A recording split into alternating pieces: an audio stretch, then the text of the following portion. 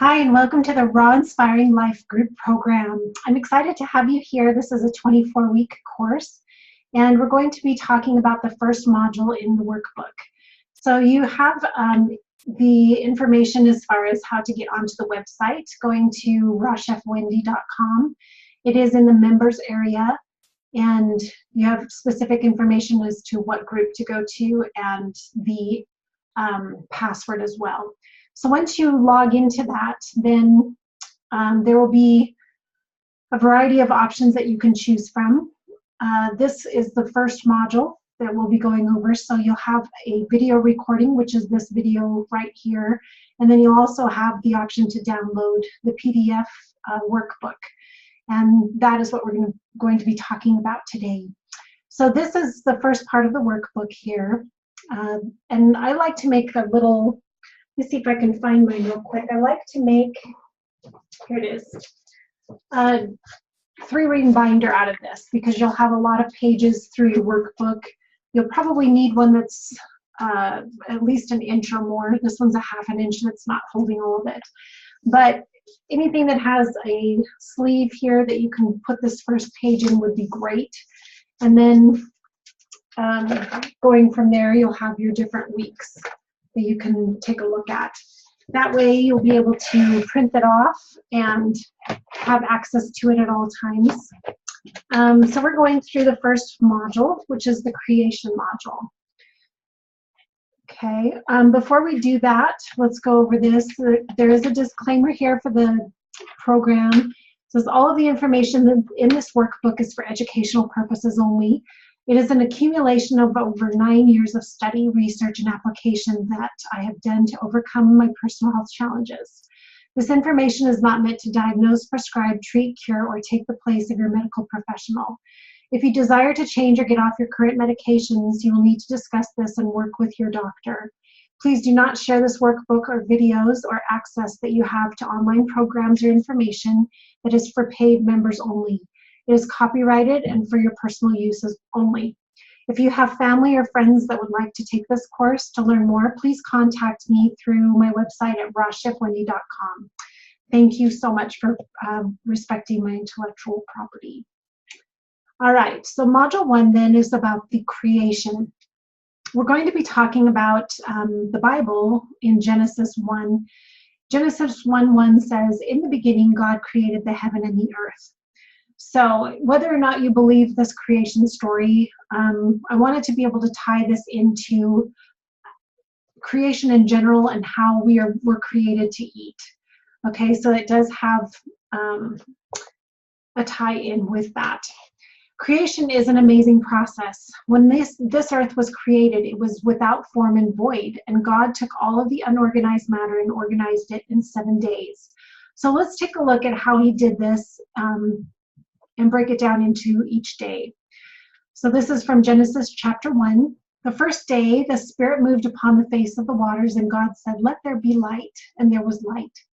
It amazes me how he commanded that there would be light amongst the darkness, and it happened immediately.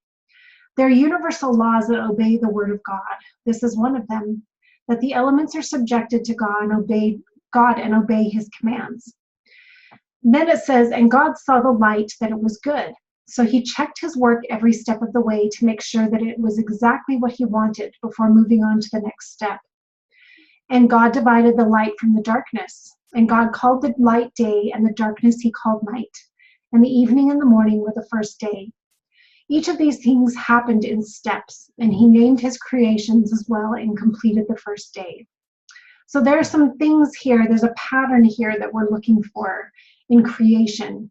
Understanding that when we have universal laws and principles on this earth, that there are certain things that are at our command. And as we use these universal principles to be able to help our bodies to do what they're naturally created to do, which is heal themselves, then we are able to experience that joy and that amazing healing effect on our bodies because it's a natural principle. Day 2 says, God created a firmament the second day, which he called heaven, and he divided the waters under heaven from the waters above heaven. The same process occurred here where he organized the various elements into subcategories to create different areas of the earth and the skies. Day 3, he then gathered the waters into place and allowed dry land to appear, which he called earth, and the waters were called seas. He then checked his work to make sure that it was good. Now, this is an important part. Constantly going, you can see after every day, he checks his work to make sure that it's good. And we need to be having that accountability with ourselves as well. And we can do that with someone else, making sure that what we're doing is good. That's why it's important to have a coach.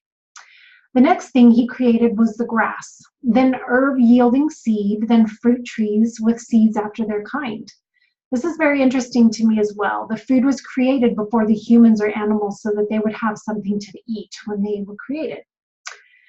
Day 4, then, he created the lights in the firmament to divide the day from the night and to let them be for signs and seasons, for days and years, and to give the light upon the earth. The greater light, the sun, rules the day, and the lesser light rules the night, which is the moon. The stars were created also. These he then set up into heaven to rule the day and night. So he gave rules or directions to them of what they were expected to do, and they obeyed. Day 5 then is the 5th day that he created the creatures in the water and then the fowl of the air and commanded that they be fruitful and replenish the earth. Now, do you see that word fruitful? Fruit is found in the Bible over 300 different times, which is an incredible secret that's out in the open if we understand. Fruit is one of the most healing foods that we can eat, and he uses it a lot in the scriptures. He didn't just put them there to do whatever they pleased. He set his expectations of what he wanted them to do, and then they obeyed.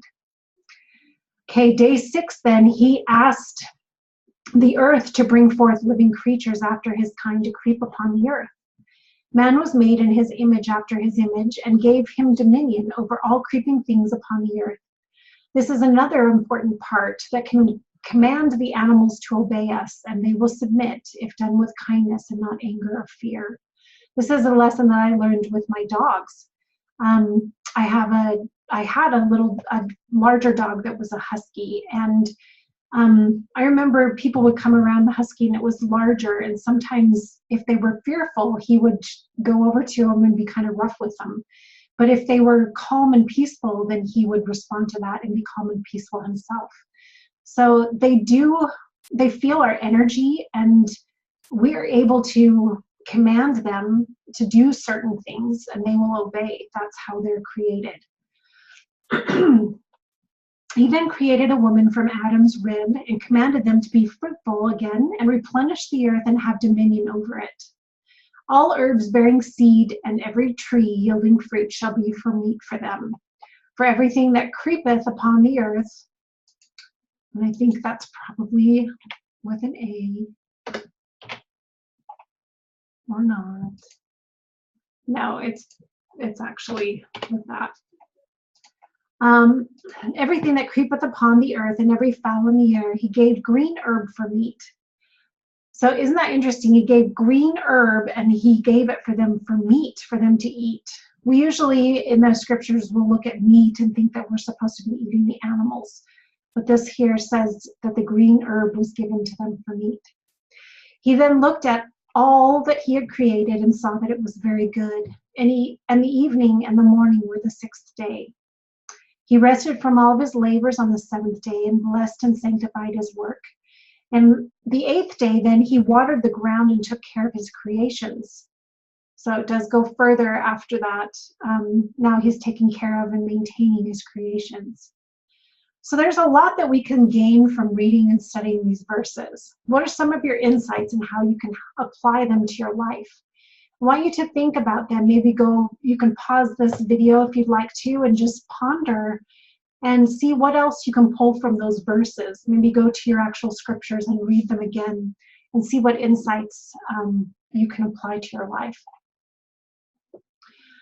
Okay, so now we're going to look at the steps of creation. So number 1 here says creation begins with a thought. So it's an idea of what you want to create. There's usually a purpose for it as well, although you may not think about that consciously. So when you're creating something, it comes with a thought. Maybe you get this idea of, I want to create maybe a new drink, a new smoothie of some kind. So that's your idea that you want to create. And then what's the purpose for it? Maybe it's because you're getting tired of the taste of the smoothies that you've done so far. So you want to experiment with the different ingredients and come up with something that's really healthy, that has a variety of good ingredients, and it tastes really good. So we'll say that that's what we want to create.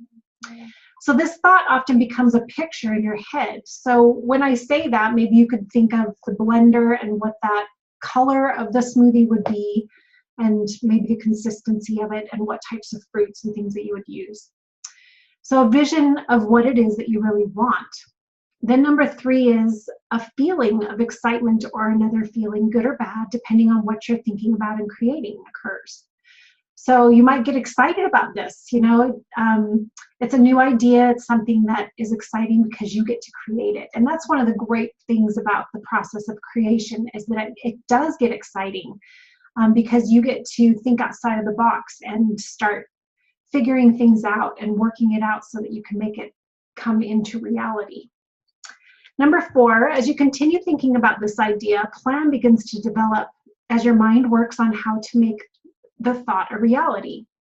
So the plan would be like, okay, I need to get my blender together and let's take a look at the fruits that I have maybe in the freezer and on the counter or refrigerator.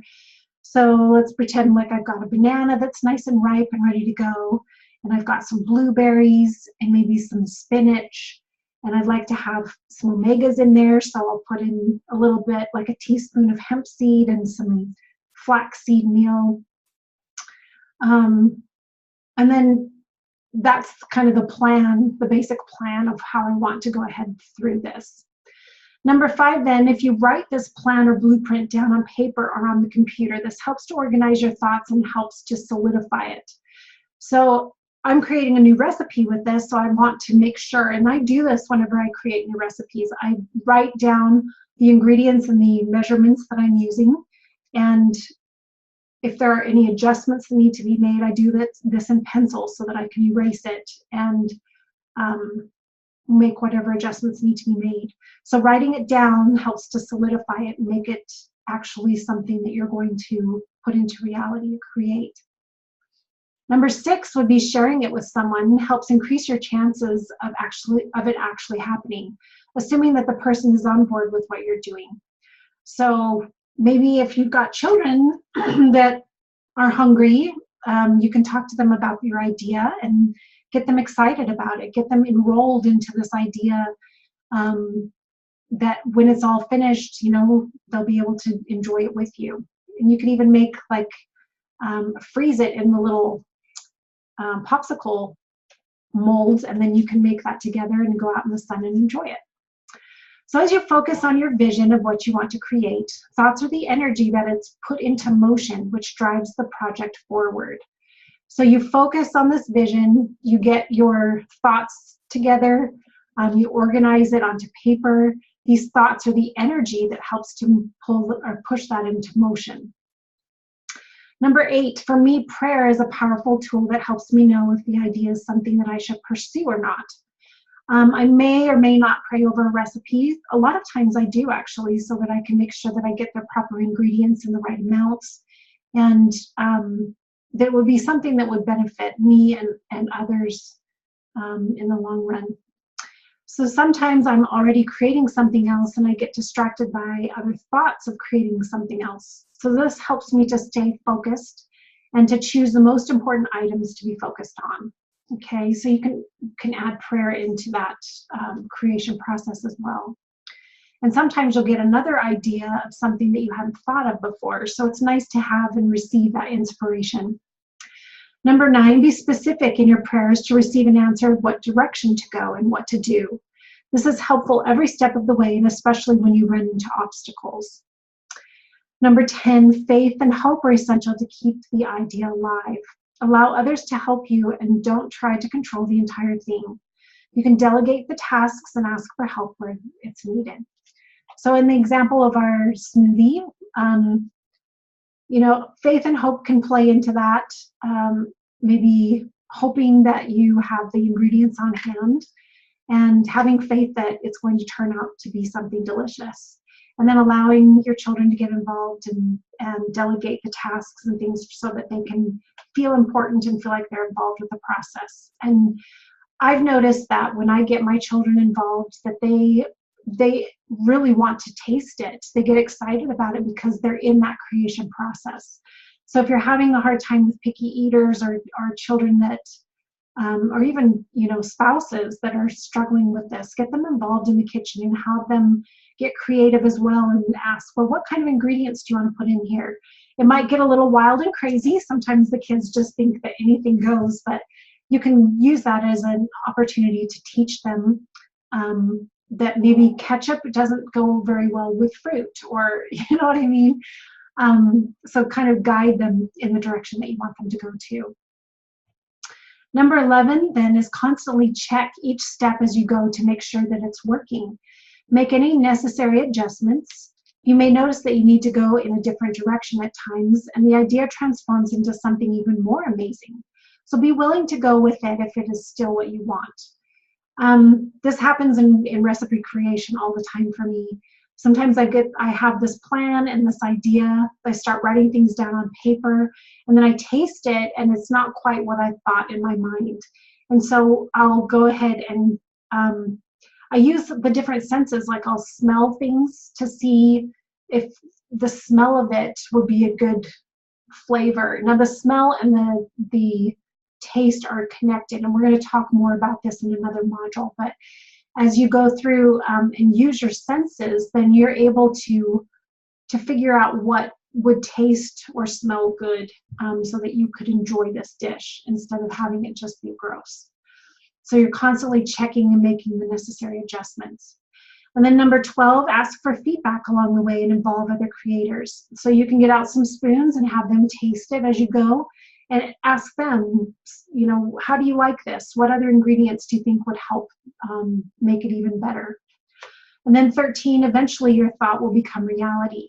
So those are the steps of creation, which are really fun. And at the end of creating a dish like this or a smoothie, then you can enjoy it and sit there and talk about the steps of creation and how you did that and get them excited about doing something with you next. So going forward in this program, how would you like to create your own transformation? And what are you willing to do to get there? So I'd like you to stop this video for a minute and just think about this and write it down on page 4 in your workbook in these lines provided. What is it that you want to create for your own transformation? And what are you willing to do to get there? All right. Now we're going to page 5, and we're going to talk about how we are created to eat.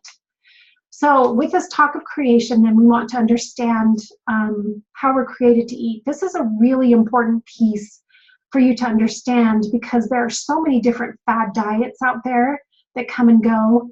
The advice that we get from family and friends, from the commercial media, it's no wonder that we're all so confused, right? So I wanted to understand, when I went through this process, how we are created as humans to eat. I went on a search to figure it out.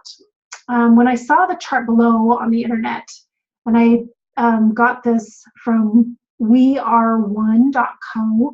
I don't know if the website's still there. This was a while back, but this chart resonated with me. It helped me to understand about how we're biologically created to eat. So when we're in tune with our natural intuition, we're able to know instinctively what to eat and what not to eat. You'll notice that in the wild that the carnivores, for example, the omnivores, herbivores, frugivores, all these different mammals know instinctively what to eat.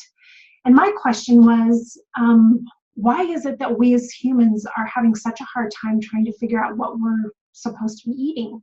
When you hear about the Atkins diet, the paleo diet, the keto diet, the raw food diet, the Weight Watchers diet, all these different things that people are creating and saying, trying to back it up with science and all these things to try and make it sound like it's the best thing out there for you.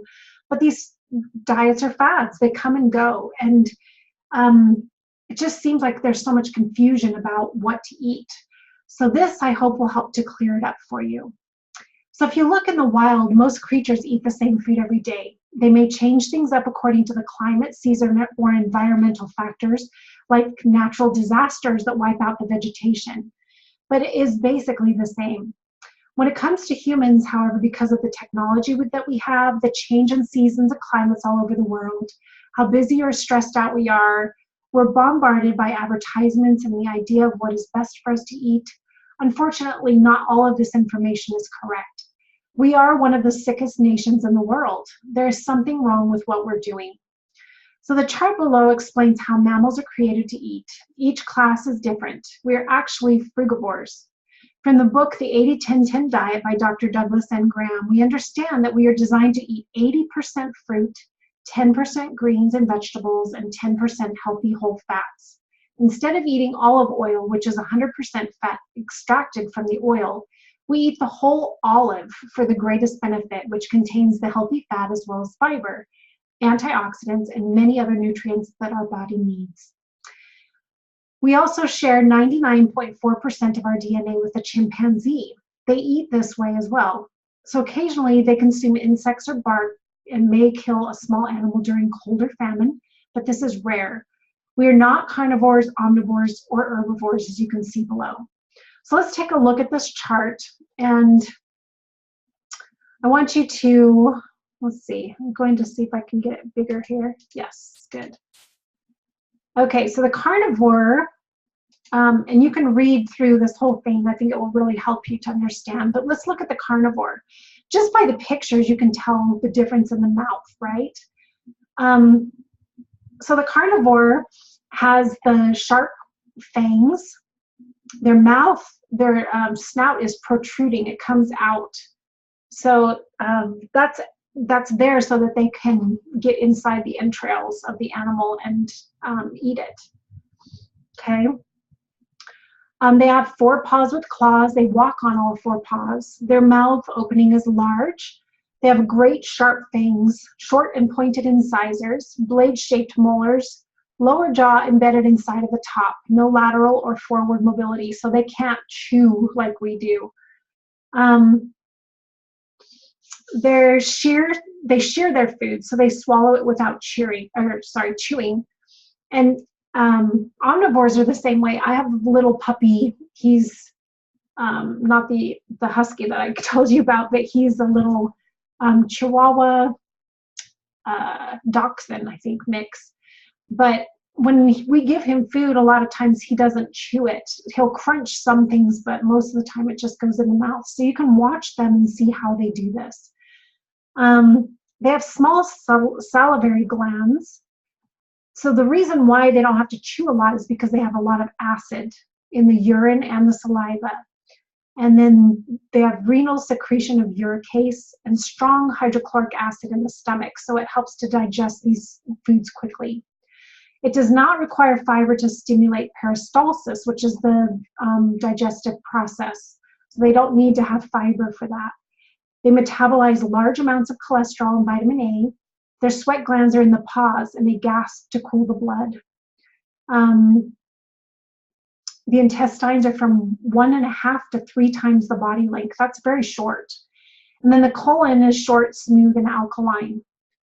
So it doesn't have that acidic environment like we do. They don't metabolize cellulose from vegetables and things.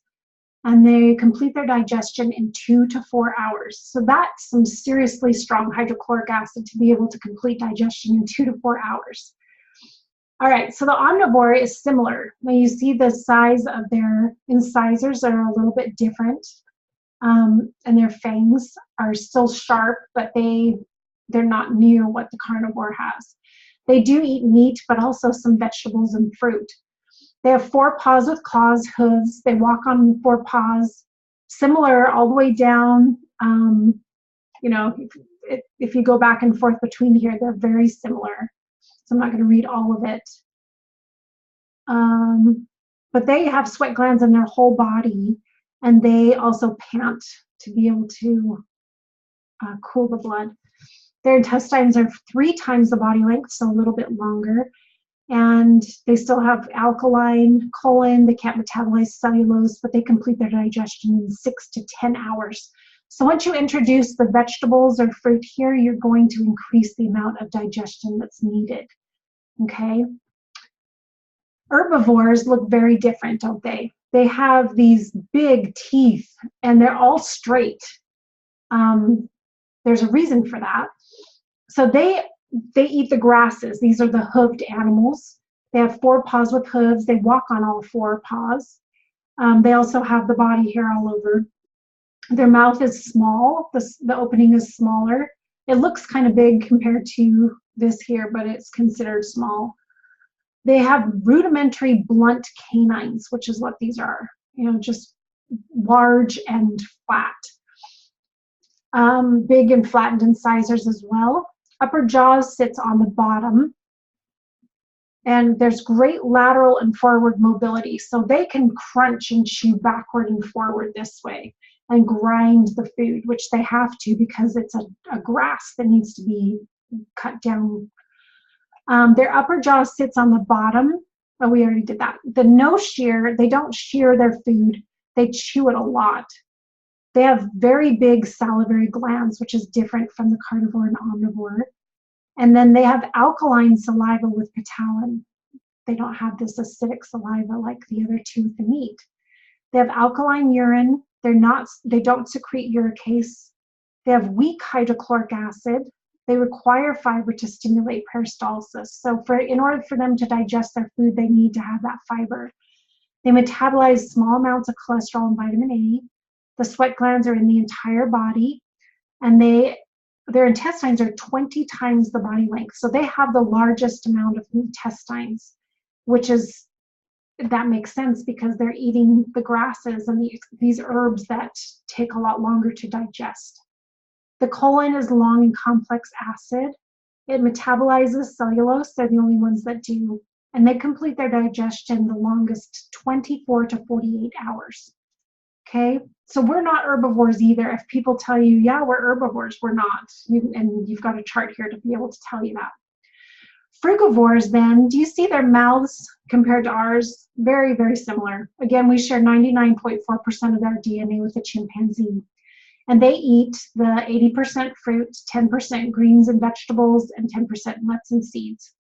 They do have a very small amount of animals that they'll eat, maybe during a famine or something. They'll kill a small animal, but it's very rare. They have prehensile hands and feet. They walk on, okay, so this actually, the hands and feet, that means that we have thumbs and toes, toes and fingers. So we can walk upright on 2 feet, which the other ones cannot, or we can crawl on 4 paws. We're the only mammals that have these types of hands. So we can go and climb the trees, and we can pick the fruit with our fingers, and we can peel it. The other animals just find that on the ground and they'll eat it with their mouths, but they can't do that like we can. So we are biologically created to eat fruit specifically. Isn't that cool? So there's a connection here. In the Bible, it talks about fruit over 300 times. We're commanded to be fruitful and multiply and replenish the earth. Did you know that fruit is incredible? It's one of the best foods for fertility. So if you're having infertility issues, you can eat lots more fruit, and that will help with that issue. Okay, back to this. So we walk upright. Mouths opening are small to medium. Canines are for defense. Ours are rudimentary and blunt. So theirs are a little bit, you can tell they're a little bit, what do you call it? A little bit sharper, I guess, than what we have. But we both have big and flattened incisors and flattened molars. The upper jaw sits on the bottom, and there's great lateral mobility, lateral and forward mobility. So we chew our food as well. We don't shear our food, we chew it. They're big salivary glands, alkaline saliva with ptyalin. You can notice that these are similar along here as well with the herbivore, but they're not totally the same. Alkaline urine, We don't secrete uricase. We have weak hydrochloric acid in the stomach, which is why a lot of people have a hard time digesting the meat. We require fiber to stimulate peristalsis. We metabolize small amounts of cholesterol and vitamin A. Sweat glands are in the entire body, and our intestines are 9 times the body length. The colon is long and sacculated acid. That we don't metabolize the cellulose, and we complete our digestion in 12 to 18 hours. So what happens is, because we have longer intestine length, when we eat meat, it sits in the intestines and putrefies, and that's why we get the body odor and the breath odor. You'll notice that when you start eliminating the animal products, that will go away. And as long as you're eating a lot of greens and the fruits and vegetables, that will help. The greens have chlorophyll in there, so it's going to cleanse the body. So this is how we are created to eat. And again, there are a lot of fad diets out there telling us, yeah, we need to have a high amount of protein from meat and a high amount of fat, and then just a little bit of vegetables and little to no fruit. Those types of diets will work in the short term, but what we want is a long-term lifestyle. It's for your entire life. This is the only diet that, and I don't like calling it a diet either, because the word diet has the word die in it. And we're not wanting to die. We want to live and live a long, happy, and amazing life. I almost said fruitful there, but we do. We want a fruitful life. And in order to do that, we need to be eating a lot more fruit and eating the plants mostly. Again, I talked a little bit about the chimpanzee and apes and others that do eat a little bit of meat here and there.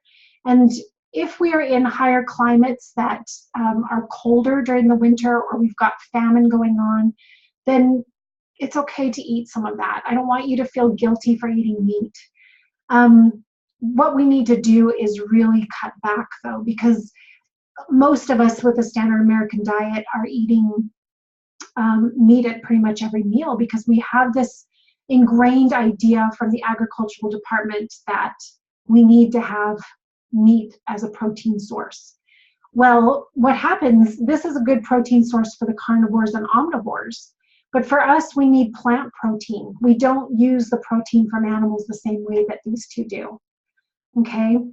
In fact, we only get about 30% or less of our protein from animal sources. And so why go to those secondary sources of protein and just get a small amount and have to eat more of it than going to the primary source, which are the vegetables. You know, the herbivores, the cows and horses, they're big animals, and they don't eat animals. They eat the grasses and grains and things like that. So they're getting plenty of protein through the plants, and we will as well. There's protein in everything. And then again, throughout this course, we're going to be talking quite a bit about all of these pieces and putting these puzzle pieces together for you. All right, so I hope that helps you to understand and get rid of the confusion. This is a raw food pyramid that I found here at perfecthealth101.org, and it is fruit, berries. So fruits and berries should be the main staple of what we're eating. Again, 80%. And then 10%, which is all you can eat, of the vegetables and leafy greens. If you'll notice, if you've ever had like one of these diets that you eat a lot more greens and vegetables, you'll notice that you don't get full. It's because we use these for our nutrients, especially the minerals, but they don't have the kind of calories that the fruit has in it. So we get our fuel from fruit.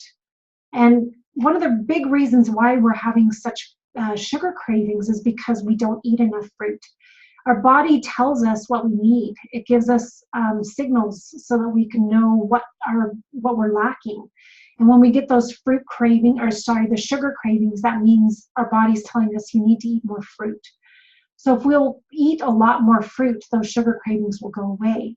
We will also feel full and sustained, and then we'll be able to get the cleansing properties and the minerals, especially in the nutrients, from our vegetables and greens, but that's not what we're relying on to help feel full. okay? We also need to have about 10% or less of the nuts, seeds, avocados, whole fats are what we're looking for. So not the oils like we talked about up here before. Excuse me, I'm gonna get a drink of water. So in this book, The 80-10-10 Diet by Dr. Douglas N. Graham, he says 10% of the healthy whole fats. So we're eating olives instead of the olive oil. The olive oil is extracted from the olives and it's 100% fat, and it doesn't have the fiber and other things that the whole olives will have. So concentrate on your whole foods. This is whole food plant-based eating, which is the healthiest that we can have. All right, people living in higher altitudes with seasons must make some adjustments. So we talk about that a lot more in this course, but basically the adjustments would be using the seeds, you know, like for the omegas so that you can get that healthy fat. And then using some of the root vegetables that you can cook so that you can feel full longer and feel sustained and have some of that warmth during the colder seasons. Excuse me. And again, we'll talk about that more. Okay, page 7 says resistance. So resistance will often come during the creation phase and beyond. This is helpful to see if you're really wanting it and if whatever you're creating is worth the effort. It helps you become stronger, more convicted, and to learn lessons along the way. Remember that doubt and fear do not come from God. They are distractions and ways to get you to stop what you're doing. Don't allow them to creep into your mind. Take control of your thoughts and keep focused on the purpose of what you're doing. Keep moving forward. So as you're going through this process, you will encounter resistance, either from family members or, you know, even thoughts that come into your mind of, well, maybe this isn't the way to do it or whatever, okay? So I want you to challenge those thoughts and say, you know, are they fear or doubt? These are things that don't come from God. So question what it is that you're concerned about. Go in and do the research and figure things out. Use your mind and your heart to think about it and to receive your own revelation, your own understanding of what to do for your body. So keep this in mind. I'd like you to think about where you are now in your life. Close your eyes for a moment and think about everything that you've created in your life up to this point. Most of what we have, how we act and how we talk and think, it all comes from our thoughts and how we either react or respond to them. So as you're thinking about what you've created in your life up to this point, understand that those came from thoughts and that you have control over that, okay? So moving forward then, to move forward, we need to go backward a little bit. I want us to take a look into the past so that we can create something better regarding your health. We learn from the past and from our mistakes. So in order to move forward and create something better than what we've created up to this point, we need to look at the past and learn from it. We talked about how we create most of what happens in our lives, right? There are some things that are circumstantial and out of our control, but what we choose to do on a daily basis over time affects our health and every other aspect of our lives. There's a book that I highly recommend called The Slight Edge by Jeff Olson. It's an excellent resource to teach you more about our everyday actions multiplying over time and how to change the outcome by changing the thoughts that we think first. There's a natural progression to everything in life: plant, cultivate, and harvest. I love this analogy because it has to do with the planting the seed, maintaining it regularly by watering it and giving it sunlight to grow, and then harvesting the reward, which is your food. Plant, cultivate, harvest. Let's do a little research before we plant. Take a look at the next page and let's go over the 4 stages of the Epstein-Barr virus. To help you understand a bit more about this virus, I'll explain the history behind it. According to the book, The Medical Medium by Anthony William, out of the roughly 320 million people in the United States, over 225 million Americans have some form of Epstein-Barr virus. It is responsible for the mystery illnesses of every category, okay? So this virus was discovered by two physicians in 1964. Although the virus began taking hold in the early 1900s, there are over 60 varieties of the Epstein-Barr virus, and it's easily spread through the population. Each strain gets stronger than the one before and is responsible for symptoms of fibromyalgia, lupus, chronic fatigue syndrome, thyroid disease, and even cancer, vertigo, tinnitus, and cancers of all kinds. It also passes through the generations from mother to child. Let's discuss the stages of the virus and what to do about it. As we go through the following pages, please reference the diagram on page 8 and write down the symptoms that you've experienced on page 9. If anyone in your family has had any of these symptoms or diagnosed illnesses, then circle them on page 8, okay? Okay, so let's go then to page 8. This is a page that will tell you all the different stages of the Epstein-Barr virus. So we'll go through this with you. And as we do it, like it said up here, if anyone in your family has had any of these symptoms, or if you have, then circle them. You can even put their name by it if you'd like, because this will help you to understand a little bit better of your history, okay? So stage 1 is the hormonal changes from following or feeding the virus and making it stronger. No physical symptoms may be noticeable at this stage. So you may have some trauma, stress, anxiety, circled whichever ones you've had, puberty, most of us go through that, pregnancy, menopause, childbirth, pain, and fatigue. So circle whatever applies to you. And then you can put maybe the letters of names of people that you know have gone through that. And if you need to, go ahead and stop this recording so that you can do what you need to do there. Stage 2 then, Epstein-Barr is ready for battle and to make its presence known. Symptoms that may come up for you are first, mononucleosis. Epstein-Barr virus seeks long-term home in the liver and spleen and other major organs. It likes mercury, dioxins, and other chemicals and toxins there. The liver is a filter organ, and these different types of toxins get accumulated into the liver unless it gets cleaned out. And we'll talk more about how to clean the liver out in another module. But mono is something that will happen often to teenagers or college students or stressed out parents. It can happen and be triggered by stress or trauma of some sort. Or if you are just burning the candle at both ends and not taking care of yourself, you're not getting plenty of sleep, those types of things can trigger the mononucleosis. So mono is the second stage. Epstein-Barr is already a part of, you may have received it from your mother in the womb. It passes from mother to child.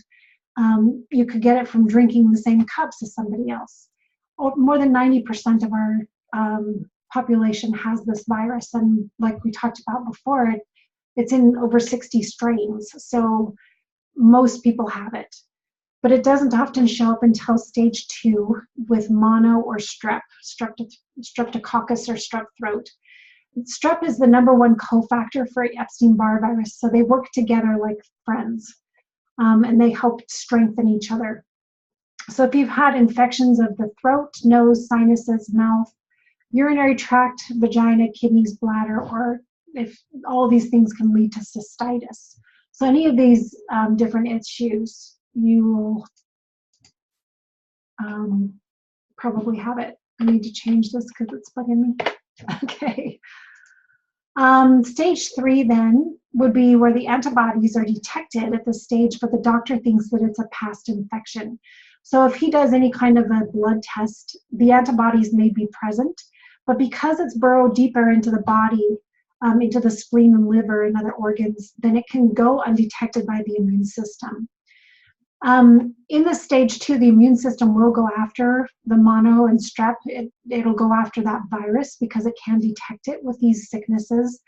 So it will go and tag the viruses and destroy them as much as possible. But the virus is very intelligent, and it will go into those organs so that it can get undetected. And it will get to a point where the body thinks that it's killed off everything and that you're over it. but because it's in the spleen and liver and other organs, then it will still continue to grow.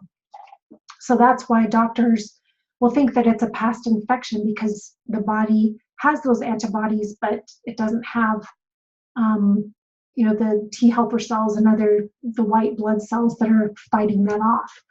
And so it thinks that it's a past infection. Mono ends and the immune system goes back to normal, thinking that it has destroyed the invader because it's undetected in the organs. The Epstein-Barr virus could lie dormant in the organs for years or decades without you knowing it. So, you could have this in your body for 10, 20, 30 years and not really notice what's going on. Maybe you had infections and things from your childhood, and then of course they put you on a course of antibiotics. Well, medications and antibiotics and specifically will actually feed this virus and make it stronger. So that's not a good thing either, as well as your vaccinations. Many vaccinations have like mercury, or thimerosal, I think is what they call it. That's a mercury derivative. There are some different things. It even has formaldehyde to help preserve them. And so all of these things are food for this virus. So in stage 3, the virus creates 3 types of poisons. There's the viral byproduct, which are spirochetes. So the spirochetes can trigger a false positive of Lyme's disease. There are a lot of people who are being diagnosed as having Lyme's, but this is actually the Epstein-Barr virus that is misdiagnosed. Corpses further poison the body. So the Epstein-Barr virus will die off, and the corpses that are left will poison the body and create fatigue. So you can get chronic fatigue or other issues with fatigue. Neurotoxins are the 3rd type of poison that disrupt the nerve functions, and it creates confuses the immune system. They create a special toxin that prevents the immune system from zeroing in on viruses and attacking it. So again, it's a very intelligent virus, and it has different ways of being able to manipulate the body and get undetected by using these poisons and things that it will emit. Stage 4 then is the ultimate goal is to leave the thyroid and inflame central nervous system. So if you have Hashimoto's or Graves' disease, this is the Epstein-Barr virus that has gone into the throat area.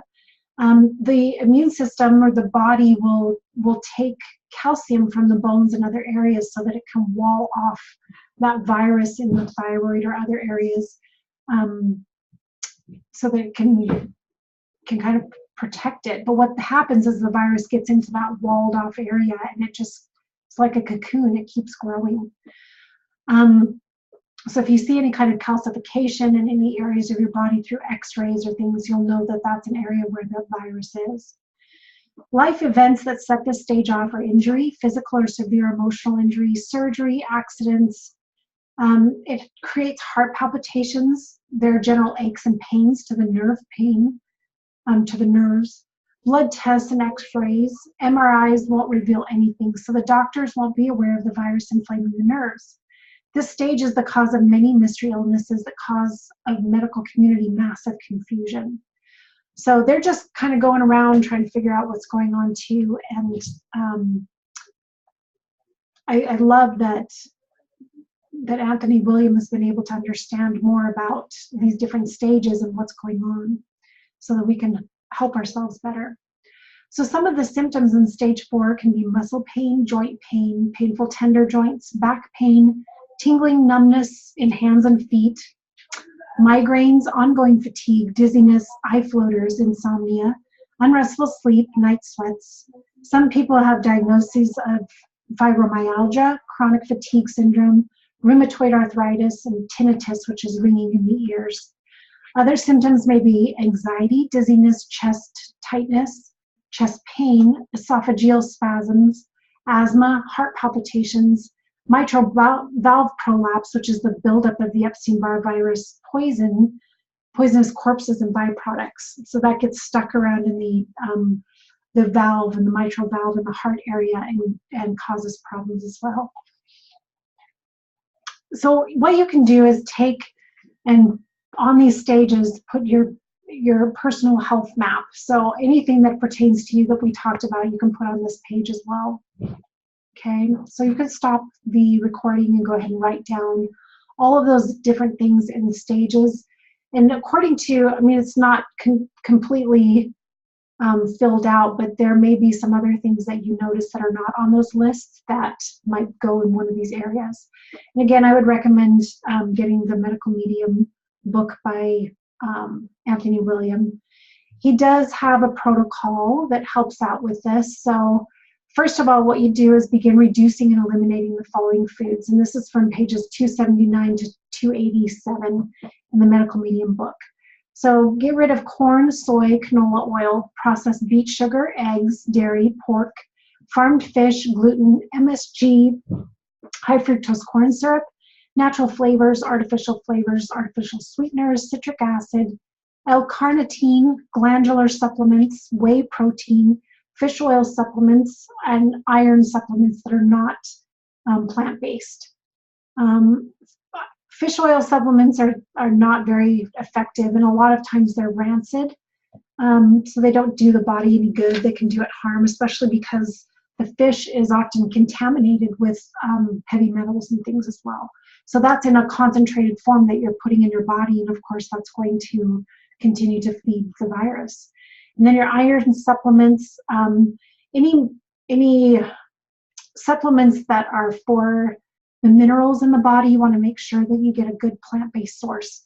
And I love the Dr. Christopher herbal formulas. So they have an iron herbal formula that is really good that I would recommend.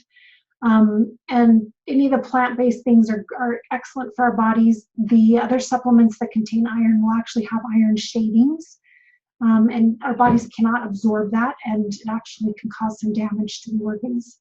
So be very careful about those types of iron supplementation. I do use, there's also, I use Garden of Life iron supplements. It's a liquid, and it's all plant-based. So that's a really good one for if you have like anemia, which is also a part of this. But the other ones like the ferrous, there's another one, and I talk a bit more about this on the supplementation part, but that one is not a good one. All right, then you're going to do the 28-day cleanse. So in the morning, you start before eating anything else with a glass of celery juice. Other drinks to use as well, if possible, are cucumber juice, lemon water, coconut water with Hawaiian spirulina, herbal tea or barley grass juice, extract powder, and water. You drink up to 16 ounces of celery juice a day, which helps to balance out the pH in the gut health and improve your stomach system, which resides in the gut, the immune system. This is important because the virus and other pathogens thrive in an acidic environment. So it's important to create a more alkaline environment so that they'll die and exit from the body. So the celery juice can be pretty potent. If you want to, you can water it down with some water, or just do a small amount at a time and work up to that 16 ounces. Make sure that it's organic. You don't want to have a lot of chemicals and pesticides that you're putting into your body. But that's the first thing to do in the morning. And then wait for an hour or so and eat your breakfast, which will be a smoothie, a fruit smoothie with 3 ripe bananas, 2 dates, and 1 cup of berries. Wild blueberries are the best because they're very healing. You may eat or drink as much as you'd like from any fruit and throw in greens too, like kale, spinach, cilantro, parsley, celery, or a spoonful of barley grass juice powder or spirulina. Make sure that the fruit is the main ingredient, okay? Wild blueberries are the smaller blueberries. You get them from Maine and other sources. If it's wild, it hasn't been sprayed. So you don't need to worry about getting organic wild blueberries, although that would be the ultimate. But I've found them in Walmart and other places where it just says wild blueberries on the frozen package. Importing those into wherever, like I live here in Utah, importing them from Maine would be a little expensive. You can do that online if you want to. But the larger blueberries are still good. They're just not as power-packed with the nutrients like the wild blueberries are. Okay, C, in the mid-morning, make another fruit smoothie. I like to make a blender full of green smoothie in the morning and drink it throughout the morning until it's gone. Make sure that you floss and brush your teeth afterward. The lunch would be a snack with a dark leafy greens like spinach, green leaf lettuce, and other vegetables like cucumbers. Then toss in fruit like mangoes, papaya, grapes, orange, or grapefruit. For dressing, blend in half of an avocado and a handful of cilantro with the juice of 2 oranges. Also add fresh garlic or ginger to taste. Eat a large salad enough to feel full. So you could use like a large dinner plate or one of those nice sized bowls. Fill that up and just eat until you feel full. And if you don't feel full on the first helping, then get yourself some more. Mid-afternoon, then snack on any fruit of your choice and munch on celery sticks. A spoonful of raw honey is also a good pick-me-up. Dinner would be more greens and a creamy spinach soup where you combine 2 bunches of spinach, 3 medium to large tomatoes, the juice of 1 orange, 1 stalk of celery, small handful of cilantro, garlic, clove in a high-speed blender until smooth. Other ingredients may be added as garnishes like sprouts, scallions, tomatoes, Atlantic dulse, or fresh herbs. And then G, use any kind of fresh fruits and vegetables and fruits that keep the fat low, about a handful a day. There's a sample menu on pages 310 to 311 in the Medical Medium book if you want to see more options. Keep it simple. If you don't feel ready to make this cleanse, then just begin by drinking a green smoothie every morning. One simple change can make a profound impact over time. So we work with you at your own pace. So if you were ready to get going on this 28-day cleanse, then this is a great place to start. You're going to really feel amazing even after the first week. But if you don't want to go that drastic, then go ahead and just start with a green smoothie every morning. And that could be the first step. Some of the detox symptoms that you may experience through this cleanse are a few things. You might feel sick or tired or have other issues like emotions come up. Set up your first energy clearing session with me so that we can help you through it if you need to. Drink plenty of water throughout the day and listen to your body. If you're tired, then rest.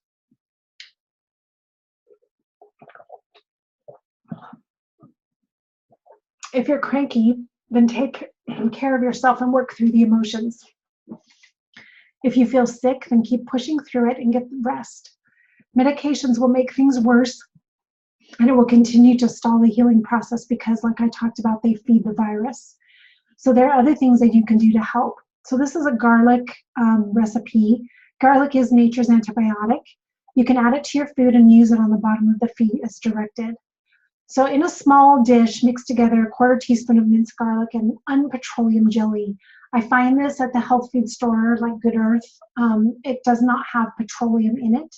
So it needs to be a thick jelly like that. If you have Vaseline or petroleum jelly on hand, go ahead and use it. But don't use thin oils like olive oil or coconut oil. These will not protect your foot from the 3rd-degree burn from the garlic oil, okay? It's very powerful. You need to suspend it in that jelly so that you don't hurt your foot. Then put the paste mixture on the bottom of your foot and then a large bandage over the top and a sock. Then sleep with this on at night and rinse it off in the morning. You'll notice that the garlic has fully gone into the foot as well as the jelly, and you just have a little remnant left, so you just wipe that off and wash your foot. And then repeat it until your symptoms are gone. This can be used for strep throat, for pink eye, any kind of infection, any sickness. I use it all the time on my kids, at least I used to, but we don't get sick much anymore. So this is a great way to have an alternative to an antibiotic that's going to kill all the good and the bad bacteria in your gut and really mess things up. You want to do a more natural way, and this is a great way to do it. The first 2 laws of heaven are obedience and sacrifice. Obedience to natural laws here on earth are connected to divine blessings. Now that we understand how we are biologically created to eat, we know how to treat our bodies with food. As we obey these natural laws with our bodies, we will begin to see how and when followed, they are for our good, and our bodies will respond by using the living food to create health, strength, and a greater quality of life. As we are willing to make sacrifices by giving up some of the food that we love and may believe that we cannot live without, our bodies will respond with greater health and well-being. We'll begin to notice that we are feeling better. Our symptoms begin to fade and eventually go away completely. And we lose the cravings for sugar, processed foods, and even cooked foods. So I want you to do this visualization with me. Now that you know the basics of the protocol, it's time for visualization. So please close your eyes, and I'm going to walk you through this for a minute. I want you to take a couple of deep breaths. Let them out. And as you're breathing that in deeply, feel the air go into your lungs and fill it. Fill it as much as you possibly can, and then go ahead and exhale. And as you're exhaling, just imagine all the toxins and negative energy and junk just leaving your body. Breathing in new air and new life. With the inhale as much as you can, and then exhale and get rid of the junk. Pay attention to your breathing for a moment, in and out.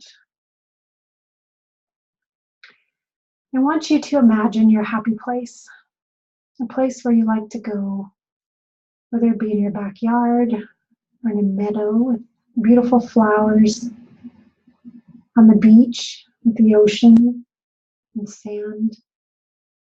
Wherever your happy place is, I'd like you to imagine being there. Take a look at the beautiful colors that you see. Feel the wind, the breeze on your face, just a light breeze. It cools you off. Feel the sun comes onto your head and onto your whole body. That warmth that it brings. And then take a look around you and notice all the details. Little bugs that might be crawling around. The clouds in the sky. Maybe the blades of grass kind of rubbing up against your feet and your legs. Go ahead and sit or lay down in this place and just enjoy it. And feel how it feels on your skin, the smells that you might be smelling.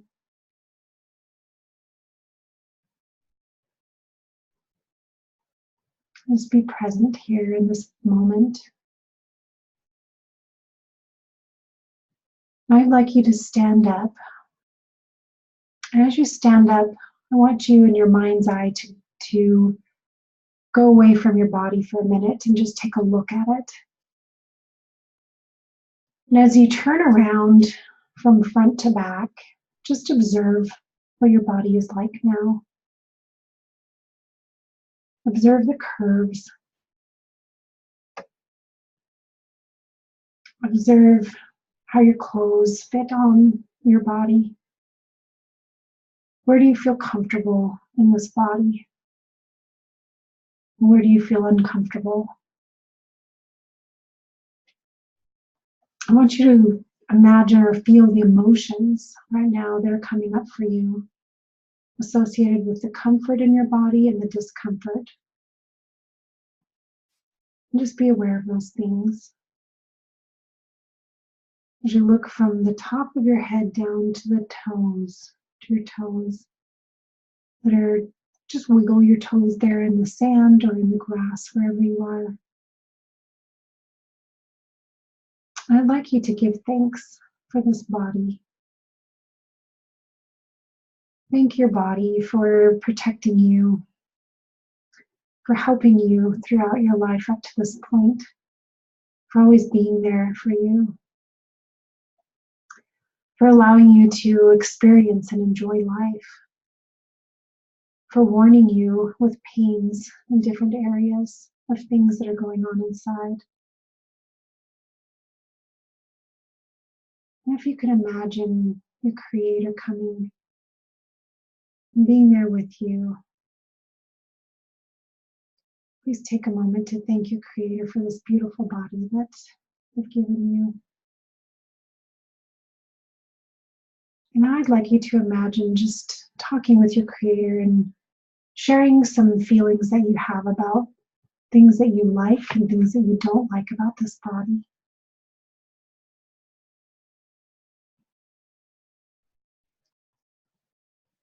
And as you're sharing these things with your Creator,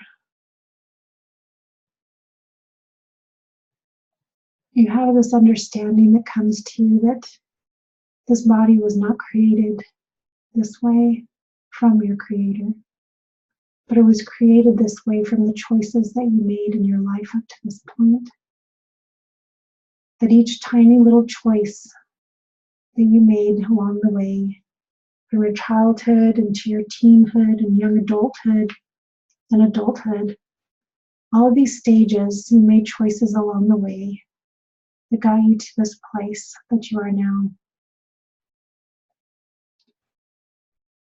I want you to acknowledge it and accept it.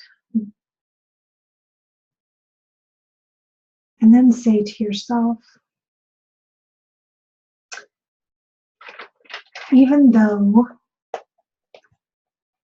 I created this body in a way that in some ways is pleasing to me and in some ways is not pleasing to me, I deeply and completely love and forgive and accept myself.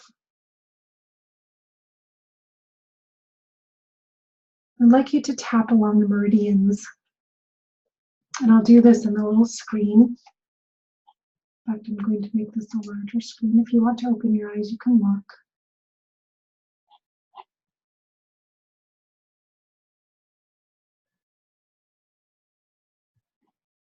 Okay. So here I am. Okay, so we're going to start at the karate chop points here. So I want you to say, even though I've created this body in ways that I like and I don't like, and you can name specifically what it is you don't like. Go to the other side. I deeply love, accept, and forgive myself. And then I'd like you to choose something that you may not particularly care for. Maybe you've got a little extra weight or something that you're not happy about. So let's tap it again. Actually, we'll do it at the head. Even though I have, and I want you to say, repeat this after me and put in what it is that you have that you don't like about yourself. So even though I don't like this extra weight that I've put on, and tap here above the eyes. I don't like this weight that I have on. I don't like this extra weight. I don't like this extra weight that my body's carrying. I don't like the extra weight that this body is carrying. I don't like this weight that this extra weight that this body is carrying. And then under the arms, I don't like this extra weight that this body is carrying. I don't like this weight that this extra weight that this body is carrying. And go back. I deeply love, forgive, and accept myself. I deeply love, forgive, and accept myself. Okay, we'll go through this more, but this will suffice for now.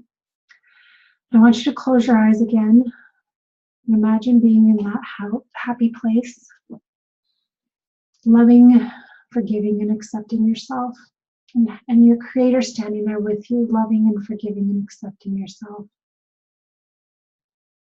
I just want you to feel that love that He has for you, the love that you have for yourself. And allow that to radiate, come from the heart, and get bigger and bigger as it radiates out. Fill your entire being with it.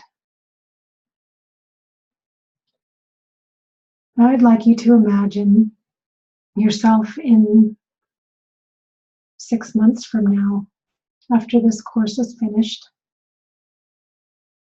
Your ideal self, what it is that you want to accomplish during this course. Imagine looking at yourself. The weight has been released. The emotions have been released from your past that have kept things the way they are up to this point. And this deep love and forgiveness and joy and acceptance that you have of yourself. Allow yourself to feel that.